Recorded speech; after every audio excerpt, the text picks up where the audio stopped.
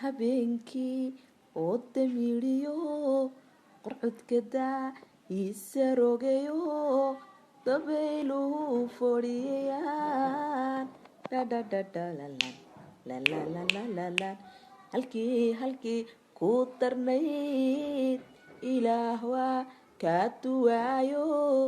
dibaad uga joogsataa dugsiga waa laga durkaa dabaylaada jiila marbuu dayax soo baxaayo abeensada duubaniyo daloontaadi ka weecataa intay deeqdaneebe maqan tahay hadiidin waa loo dulqaataa